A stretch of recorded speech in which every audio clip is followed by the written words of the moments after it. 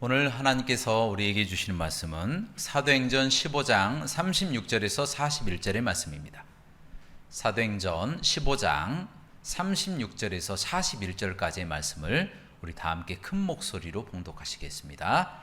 시작. 며칠 후에 바울이 바나바더러 말하되 우리가 주의 말씀을 전한 각 성으로 다시 가서 형제들이 어떠한가 방문하자 하고 바나바는 마가라 하는 요한도 데리고 가고자 하나 바울은 밤빌리아에서 자기들을 떠나 함께 일하러 가지 아니한 자를 데리러 가는 것이 옳지 않다 하여 서로 심히 다투어 피차 갈라서니 바나바는 마가를 데리고 배 타고 구브로로 가고 바울은 실라를 택한 후에 형제들에게 주의 은혜에 부탁함을 받고 떠나 수리아와 길리기아로 다니며 교회들을 경고하게 하니라.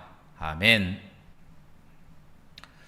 자, 오늘 말씀의 제목은 마가라 하는 요한입니다. 따라 하시겠습니다. 마가라 하는 요한. 여러분 19세기 중반 정도 미국의 장군이자 또 언론인이고 저술가였던 뉴 윌리스라고 하는 사람이 있습니다. 이 사람이 자기 친구들이 예수님을 믿는 걸 너무 싫어했어요. 도리어 그 친구들을 미워했습니다. 그 정도로 예수 믿는 사람들을 싫어했습니다. 자, 그 이유는 시대 문명이 뒤떨어진다는 거예요. 현대 과학 문명이 신속하게 발달하고 있는데 아직도 캐캐묵은 성경을 자신들의 말씀으로 믿고 살아가는 친구들이 너무나 어리석게 보였기 때문에 그들을 미워하고 싫어했다라는 거예요. 그래서 그 어리석은 친구들을 구덩이에서 건져내겠다 이런 마음을 가지고 성경을 연구하기 시작합니다.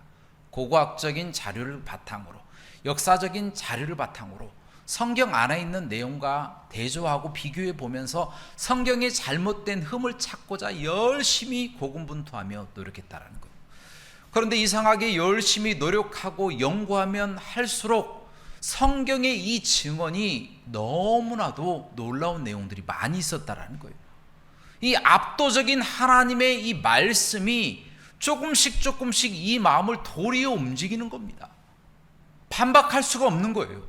하나님의 말씀이 너무 강력하고 마음을 움직이고 생각을 바꿔나가기 때문에 도저히 그 마음으로 하나님이 없다라고 부인할 수 없어서 뉴 윌리스라고 하는 사람이 성경을 다시 보기 시작했어요.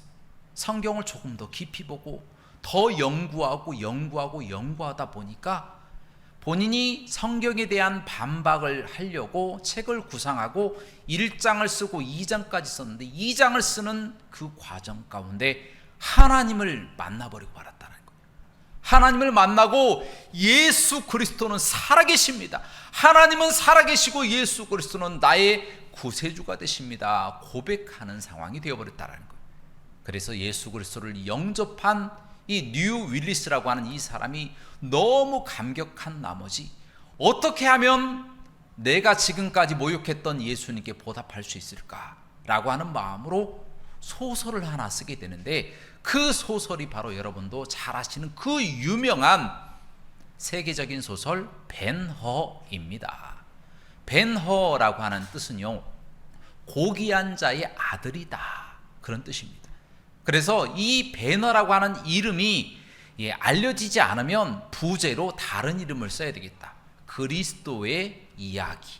이 이야기로 세계적인 인기를 끌게 되었다라는 것입니다. 여러분, 이처럼 하나님의 말씀은 살아서 움직입니다. 운동력 있고 좌우에 날선 어떤 검보다도 예리하여 혼과 영과 및 관절과 골수를 찔러 쪼개기까지 강력한 말씀이기 때문에 반드시 이 말씀을 듣고 읽는 자에게는 하나님의 역사, 회심의 역사, 변화의 역사가 시작이 되어진다는 거예요. 자, 오늘 본문 말씀에 보면 마가라고 하는 요한이 나옵니다. 바로 이 사람도 예수 그리스도를 굉장히 빨리 만났어요. 어렸을 때 빨리 만나서 예수 그리스도를 잘 믿는 사람이 되었습니다. 그런데 여기에서 마가라고 하는 이름은요, 호칭입니다. 호칭, 별명이 될 수가 있고요. 그리고 진짜 이름은 요한입니다. 여러분, 그때 당시에는 로마 문화권에 있었기 때문에 순서대로 말하면 자기 이름을 먼저 이야기하고, 그리고 시족, 그리고 가문, 호칭, 이런 식으로 이야기를 했다라는 것입니다. 그래서 가이우스, 예를 들다면 율리우스, 카이사르, 이런 식으로 자기의 가문, 이름을 밝히고 또 시족을 밝히고 가문을 밝히는 것이 대세였다라는 것입니다. 물론 그때 당시에 일반 평민들은 호칭만 이야기도 하고 또 이름만 이야기도 하기도 했습니다. 그래서 마가라고 하는 요한이다라고 하는 것은, 이 마가라고 하는 뜻은 비추인다라고 하는 뜻을 갖고 있거든요. 그리고 요한이라고 하는 이름의 뜻은 하나님의 은혜를 입은 자, 이런 의미를 갖고 있습니다. 그래서 요한이 본 이름이고 마가는 호칭인데 라틴식이다. 다시 말하면 로마식의 이름이 마가, 히브리식 이름이 요한이었다라는 겁니다. 그래서 이 바나바라고 하는 이름도 호칭입니다. 본래 이름은 요셉이에요. 바나바라고 하는 그 이름은 특이하게 아람식입니다. 아람식. 그래서 그 이름은 위로의 아들이다, 예언하는 아들이다 라고 하는 뜻을 가지고 있고요. 또 요셉이라고 하는 이름의 뜻은 더함이다, 히브리식으로 말하면 더함이다 라고 하는 이름을 갖고 있다는 거죠. 마지막으로 이 바울, 여러분도 잘 아시는 이 사도 바울이라고 하는 그 이름의 뜻은요, 파울로스라고 헬라식입니다. 헬라식 라틴식인데 작은 자, 큰 자라고 하는 이름을 갖고 있고, 히브리식은 사울이라고 하는 이름이다라는 겁니다. 그래서 보통은 다 성경에서는 호칭을 이야기해요. 호칭, 사울이다, 바나바다, 마가다, 이렇게 이야기를 한다라는 것입니다. 그래서 오늘은 바로 이 마가라고 하는 요한 대신에 마가라고 하는 호칭으로 말씀을 계속 이어가고자 합니다. 자, 그래서 이 마가는 어렸을 때부터 예수님을 만나서 예수님을 섬기고 잘 믿었던 사람이라고 말씀드렸죠. 마가의 어머니의 이름은 또 마리아입니다. 마리아의 이름을 갖고 있는 사람들이 굉장히 많이 있었는데요. 히브리식으로 또 이야기를 하면 미리암입니다. 미리암. 그런데 신약으로 넘어와서 마리아라고 그렇게 이야기를 하는 것이죠. 그래서 이 마리아라고 하는 이 여인 또한 어렸을 때 초기에 예수 그리스도를 만나게 됩니다. 아주 일찍 예수 그리스도를 만나서 예수 그리스도께서 십자가에 못 박히시기 전날 바로 최후의 만찬 때에 마가의 다락방을 빌려줬던 그분이 바로 이 마리아입니다. 마가의 어머니 마리아가 빌려줬다라는 거예요. 그 마가의 다락방이 나중에 예루살렘 교회가 됩니다. 성령이 충만하여 불의 혀같이 갈라지는 120문도에게 내려오는 성령의 역사의 장소가 바로 이 마가의 다락방이었다라는 거예요. 120명이 모였다. 여러분, 보통 큰 곳이 아닙니다. 120명. 저희 교회도 120명은 다 모이지 못할 겁니다. 물론 다 좁혀서 앉을 수는 있겠지만 120명이 모일 정도로, 더군다나 다락 아닙니까? 높은 방, 밑에 있는 다른 집들을, 다른 방들은 얼마나 컸겠습니까? 그런데 그렇게 높은 방이 120명이 모일 정도로 그 집은 굉장히 부유했다라는 거죠. 그 지역도 예루살렘 남서쪽에 있어요. 그래서 이 마가라고 하는 사람과 이 마가의 어머니 마리아는 굉장히 부유하고 믿음 있는 사람들이었다라는 거죠. 또 그 있던 곳을 예루살렘 교회로 헌납했던 사람들이고, 또 더군다나 신앙적으로도 굉장히 마가가 도움을 많이 받고 자랐어요. 왜냐하면 마가의 삼촌이 누구냐? 바나바입니다. 바나바의 생질이 마가입니다. 그래서 어렸을 때부터 바나바에게 교육을 잘 받고 살았습니다. 바나바가 누구입니까? 예루살렘 교회의 주축입니다. 기둥 같은 존재예요. 권위자입니다. 위로의 사람이라고 하는 또 별명을 갖고 있는 사람, 이 바나바입니다. 이 바나바는 또 그도 레위족일 뿐만 아니라 굉장히 부유한 사람이어서 자기 땅을 팔아서 예루살렘 교회의 다른 사람들에게 나눠주는 그와 같이 믿음도 좋고 또 부유한 사람이었다라는 거예요. 다시 말하면 이 마가라고 하는 사람은 굉장히 믿음도 좋고 또 부유하고 아주 부족함이 없는 가정에서 잘 자란 사람이다 라고 하는 뜻입니다. 여러분, 이 사람이 예수님도 만났고요, 바나바에게도 교육도 받고 어머니 또 마리아로부터도 여러 가지 신앙적인 교육을 잘 받고 자랐다는 거예요. 이 사람이 컸어요. 이제 키가 커서 15년 정도가 흘렀습니다. 그때 이 마가도 바울과 바나바처럼 열심히 예루살렘 교회의 한 일원이 되어서, 물론 큰 기둥은 되지 못했지만 한 일원이 되어서 바울과 바나바를 잘 도와줬던 사람이에요. 조력했던 사람이었다라는 거예요. 그래서 마음에 드니까 바울이 같이 우리 선교 여행을 떠나자, 그래서 1차 전도 여행을 같이 떠나게 되었다라는 거예요. 초반에는 같이 가는 것 같습니다. 배도 잘 타고 다녀요. 열심히 잘 걸어 다니고 복음도 잘 선포합니다. 그런데 조금 후에 이 밤빌리아 버가라고 하는 곳에서 이 사람이 번아웃 돼 버렸어요. 완전히 다 지쳐서 쓰러져 버렸습니다. 그래서 더 이상 못하겠다, 나 그냥 집으로 돌아갈래 하고 울면서 그냥 예루살렘으로 돌아가 버렸던 사람이 마가였다라는 것입니다. 여러분, 이 마가의 이 일은요, 이 바울의 마음에 아주 큰 상처를 남겼어요. 사람을 잘못 데리고 가면 어떤 일이 발생을 하느냐, 다른 사람의 사기도 다 떨어뜨려 버리는 거예요. 선교 현장에서 나 이제 선교 안 할래, 무서워, 싫어 라고 말하면 다른 사람들 또한 마음이 디프레스 된다고 하잖아요. 마음이 굉장히 압력을 받아서 넘어지는 거예요. 쓰러지고 넘어지고 낙담하고 그 상황이 돼버리는 거예요. 그렇기 때문에 결코 같이 갈 수 없는 그런 존재가 되어버렸다라는 것입니다. 여러분, 이처럼 어렸을 때 부족함 없이 잘 자란 그런 사람들의 특징은요, 어려움을 모른다는 거예요. 어려움을 잘 몰라요. 그냥 어려움이 그래서 낯설어요. 어려움이 닥치면 그래서 어떻게 합니까? 그 상황을 견디질 못하고 회피하려고 한다는 거예요. 현실을 직시하지 못하고 맞부딪히지 못하고 그 자리를 피해버리고 싶은 생각을 갖게 되어진다는 겁니다. 대부분 잘 자란 사람들의 그런 특징, 어려움을 모르는 사람들의 특징이 그렇다라는 거예요. 제가 군대에서 한 후임병이 이제 들어왔어요. 들어왔는데 이 후임병이 키도 크고 등치도 굉장히 좋고 뭐 얼굴도 굉장히 준수하고 집안도 잘 사는 것 같더라고요. 이 사람이 부족함이 없는 것 같아요, 이 친구가. 근데 이 친구의 잘못된 점이 뭐냐면 자꾸 화를 낸다는 거예요. 동기들한테도 화를 내고 후임병들한테도 화를 내고 심지어 선임병들한테도 화를 냅니다. 간부한테도 화를 내고. 자, 이 친구가 보통 친구가 아닌 거예요. 자칫 잘못하다가는 큰일 날 것 같은 거예요. 이 친구가 어렸을 때부터 아무에게도 이 제지를 한 번도 받아본 적이 없었던 것 같아요. 그래서 아버지가 면회 왔는데 아버지한테도 소리를 치더라고요. 그래서 제가 이 친구에게는 정말 직언을 할 필요가 있다, 제가 그 생각이 들어서 그 친구를 조용히 제가 불렀어요. 제가 누구누구야 라고 이야기를 하면서, 너 왜 이렇게 성질이 급하니? 마음을 조금만 좀 내려놓고 화를 낼 때 한 번만 더 생각해봐.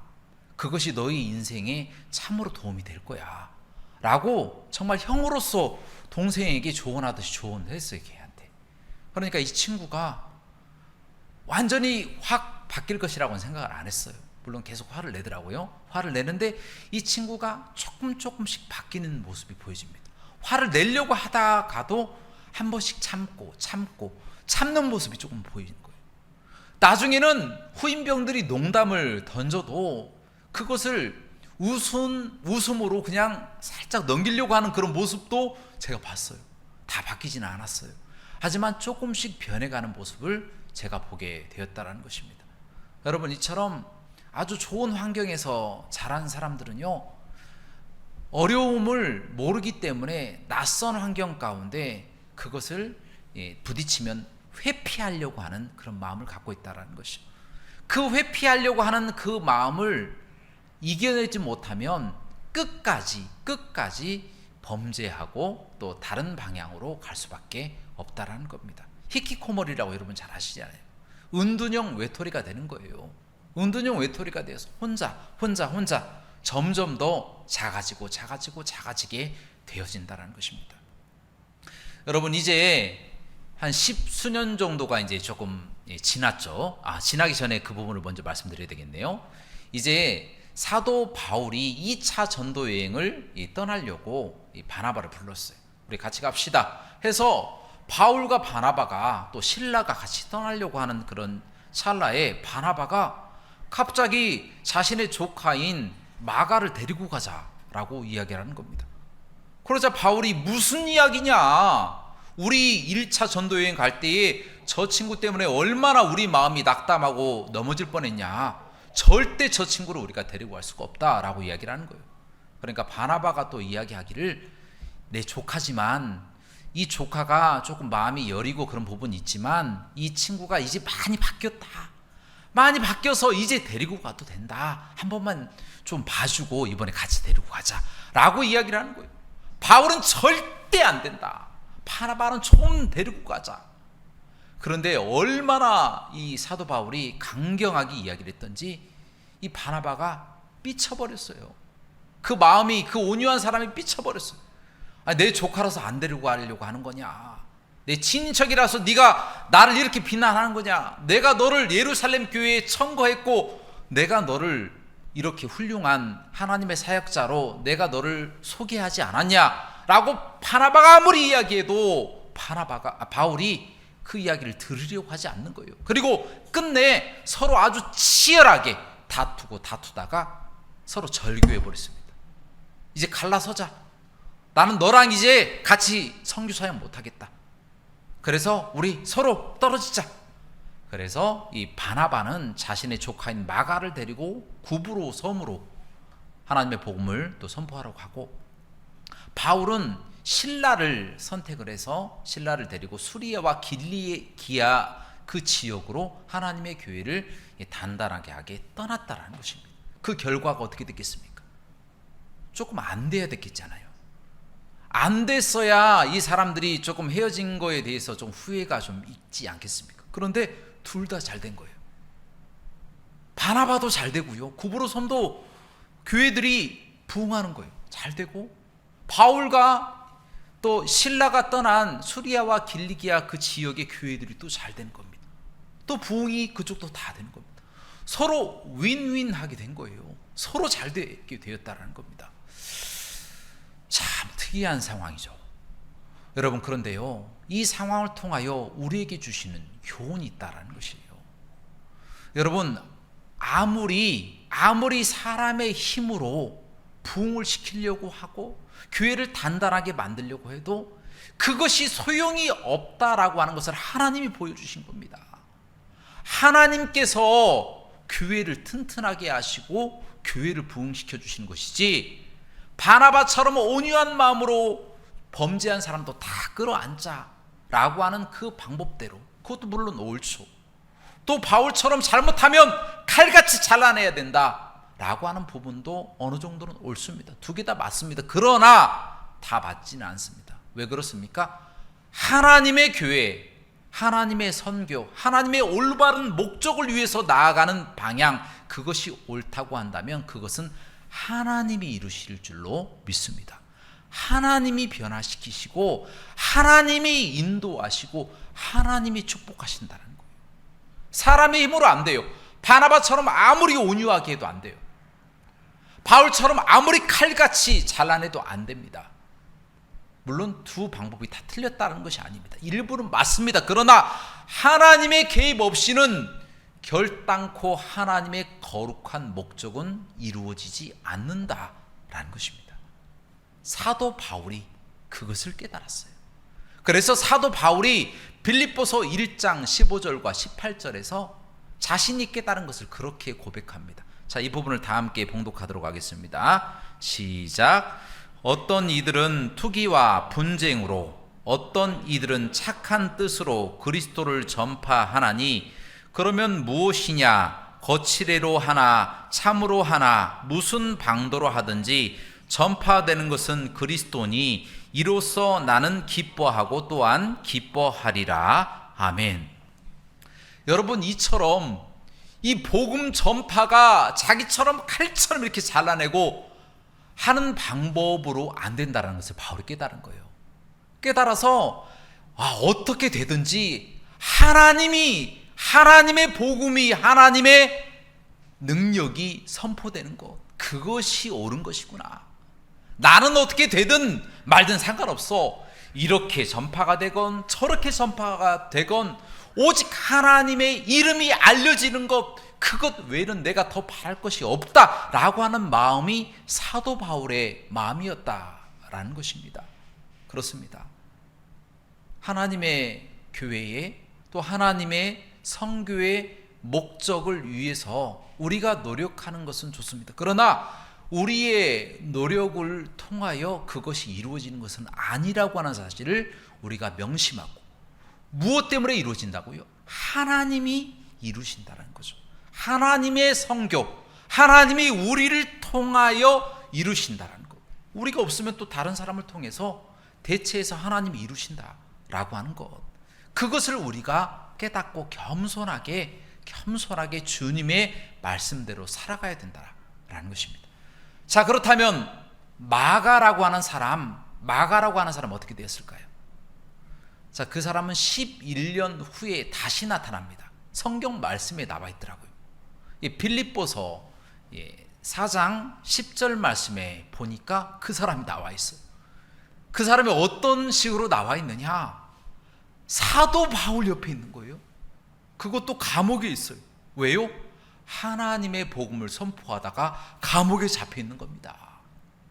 여러분, 이 일을 상상이나 할 수 있겠습니까? 마가는요, 이 밤빌리아 버가에서 무서워서 도망친 사람, 겁먹어서 지쳐서 내가 도무지 하나님의 복음을 선포하지 못할 것이라고 도망쳐 나온 사람이 마가였어요. 그러나 그 사람이 어느 순간에 갑자기 변화돼요. 11년 후에는 사도 바울처럼 하나님의 복음을 능력 있게 선포하다가 같이 감옥에 갇혀 있는 거예요. 이 사람이 얼마나 바울이 봤을 때에 믿음직스럽고 사랑스러운지 이 사람을 골로새 교회의 지도자로 이 사람이 청구하게 되었다는 거예요. 사도 바울이 내가 이 사람을 추천한다, 골로새 교회의 지도자로 이 사람을 내가 추천한다 라고 말할 정도로 마가는 사도 바울에게 인정받는 사람이 되어 있었다라는 것입니다. 또한 디모데후서 4장 11절 말씀에 보니까 바울이 생애의 마지막 순간에 디모데에게 한 말이 무엇이냐면, 마가를 내게 데리고 오라. 그가 나에게 커다란 유익이 된다. 유익한 사람이 된 거예요. 사도 바울이 절대 저 사람은 안 데리고 간다라고 말했던 그 마가가 이제는 사도 바울이 꼭 필요한, 사도 바울에겐 없어서는 안 되는 꼭 필요한 사람이 되어서 사용되고 있는 그런 모습을 보게 되었다는 거예요. 또 심지어 베드로전서 5장 13절 말씀에서는 베드로가 이 마가를 향해서 내 아들이라고 표현합니다. 여러분, 자신의 아들도 아닌 사람을 내 아들이라고 이야기할 수가 있겠습니까? 그 정도로 예수님의 수제자 베드로가 마가를 인정했다는 거예요. 마가가 그 정도로 예루살렘 교회에서 커다란 역할을 하고 하나님께 인정받고 바울에게 인정받는 사람이 되어 있었다라는 것입니다. 훗날 이 마가는 베드로와 함께 바벨론 지역까지 가서 하나님의 복음을 선포하고요, 그 후에는 알렉산드리아 교회를 개척하게 되고 설립하게 됩니다. 그리고 가장 중요하게 바로 이 마가는 마가복음을 기록하게 되었다라는 거예요. 성령이 충만하여 마가복음까지 기록한 사람이 바로 마가가 되었다라는 겁니다. 그 겁 많고 유약하고 어렸을 때 정말 부족함이 없이 자란 그런 사람이, 아무것도 모르는 사람이 주를 위해서 목숨도 아끼지 않고 감옥에도 들어가고 바벨론에도 가고 성경도 기록하는 훌륭한 사람이 되었다는 것입니다. 사랑하는 여러분, 그의 온실 안에 화초처럼 자란 약한 기질은 들판의 들풀처럼 아주 야성이 강해진 강한 기질로 바뀌었습니다. 그것은 바나바의 온유함 때문도 아니고 사도 바울의 아주 강경함 때문도 아닙니다. 바로 하나님이 마가를 변화시킨 줄로 믿습니다. 하나님은 마가를 조금씩 하나님의 일에 사용하시고자 변화시켜 나가는 중이셨다라는 것입니다. 사랑하는 여러분, 우리도 마찬가지예요. 우리도 마가와 같이 연약한 마음이 있을 수 있어요.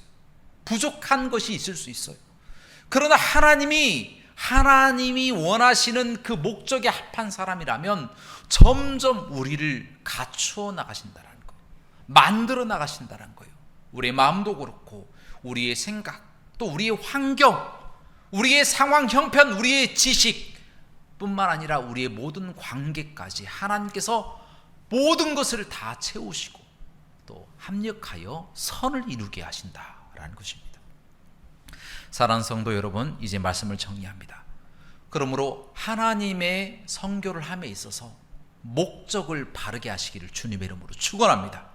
그러면 우리는 바나바처럼 온유하고 또 바울처럼 주를 위해서 목숨도 아끼지 않겠습니다 라고 하는 강경함을 갖고 있다 할지라도 그것으로 변화되지 않고 하나님의 능력으로 변화된다라고 하는 것이 있기 때문에 그렇게 앞길을 잘 나가시기 바랍니다. 그러다 보면 하나님께서 마가와 같은 우리를 강하게 하시고 또 혈기가 많다면 혈기도 없애주시고 또 지혜가 부족하다면 지혜도 주시고 물질이 부족하다면 물질을 또 채워주시고 관계의 문제가 안 된다면 관계의 문제도 다 열어주셔서 가장 좋은 길로 합력하여 선을 이루신다라는 것입니다. 그래서 이 땅에서 하나님이 원하시고 기뻐하시는 목적을 위해서 살아가면서 행복해지시기를 주님의 이름으로 축원합니다. 함께 기도하시겠습니다. 사랑과 은혜가 풍성하시고 자비로우신 하나님, 우리는 참으로 믿음이 연약하고 부족합니다. 그러나 우리에게 믿음을 주시고 강하게 하실 것을 믿고 기도하오니 우리를 주님께서 사용하여 주시옵소서. 하나님의 거룩한 목적을 위하여 우리가 달려갈 수 있도록 인도하시고 바나바처럼 온유하기도 하고 바울처럼 강경할 때도 있지만 결국에는 하나님께서 하나님의 목적을 위하여 선을 이루신다는 것을 우리가 기억하며 살아가는 우리가 될 수 있도록 인도하여 주옵소서. 예수 그리스도 이름으로 감사하며 기도합나이다. 아멘.